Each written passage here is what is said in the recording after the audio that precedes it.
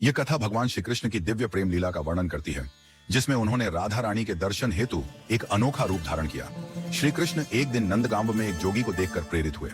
ये जोगी घर घर जाकर लोगों के हाथ देखकर उनका भविष्य बताता था। ठाकुर जी को यह विचार आया कि जोगी का रूप धरकर किशोरी जी का भविष्य बताया जाए। उन्होंने अपने प्रिय सखा मधुमंगल और श्रीधामा से कहा, ऐसी वेशभूषा लाओ जिससे मैं जोगी बन सकूं। जब मधुमंगल और श्रीधामा ने पूछा, जोगी क्यों बनना चाहते हो, तो ठाकुर जी ने मुस्कुराते हुए उत्तर दिया, हम भी बरसाना जाएंगे और किशोरी जी के हाथ की रेखाएं देखकर उनका भविष्य बताएंगे। ऐसा करने से हमें उनके दर्शन का सौभाग्य मिलेगा।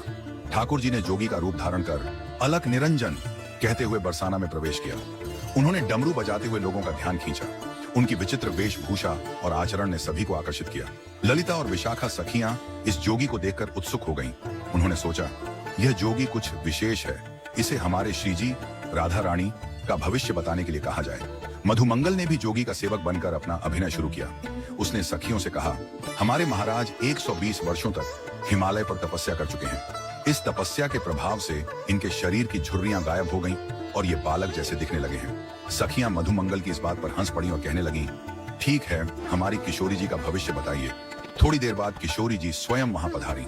उनका दिव्य सौंदर्य देखकर जोगी रूपधारी ठाकुर जी का चित्त और अधिक व्याकुल हो गया।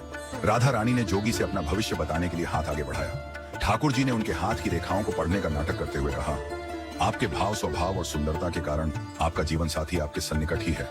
वह आपके गुणों की उपमा बढ़ाने वाला होगा। ललिता और विशाखा सखी को अब संदेह होने लगा कि यह कोई साधारण जोगी नहीं है। ललिता सखी ने ठिठोली करते हुए पूछा, क्या आप नंद नंदन श्री कृष्ण की बात कर रहे हैं?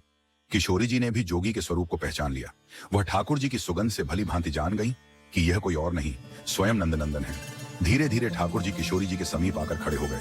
ललिता और विशाखा ने उन्हें ध्यान से देखा और समझ लिया कि ठाकुर जी ही राधा रानी के लिए सर्वथा योग्य हैं।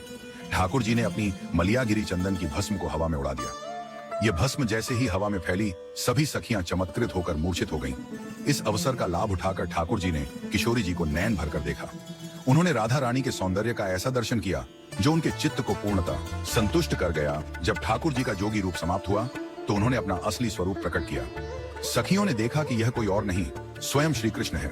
सखियां और किशोरी जी इस लीला को देखकर आनंदित हो उठी। इस घटना ने सभी को यह समझा दिया कि ठाकुर जी का प्रेम और भक्ति सच्चे और अद्वितीय है। यह कथा हमें यह प्रेरणा देती है कि भक्ति के मार्ग पर चलने के लिए हमें अपने चित्त को पवित्र और ईश्वर के प्रति समर्पित करना चाहिए।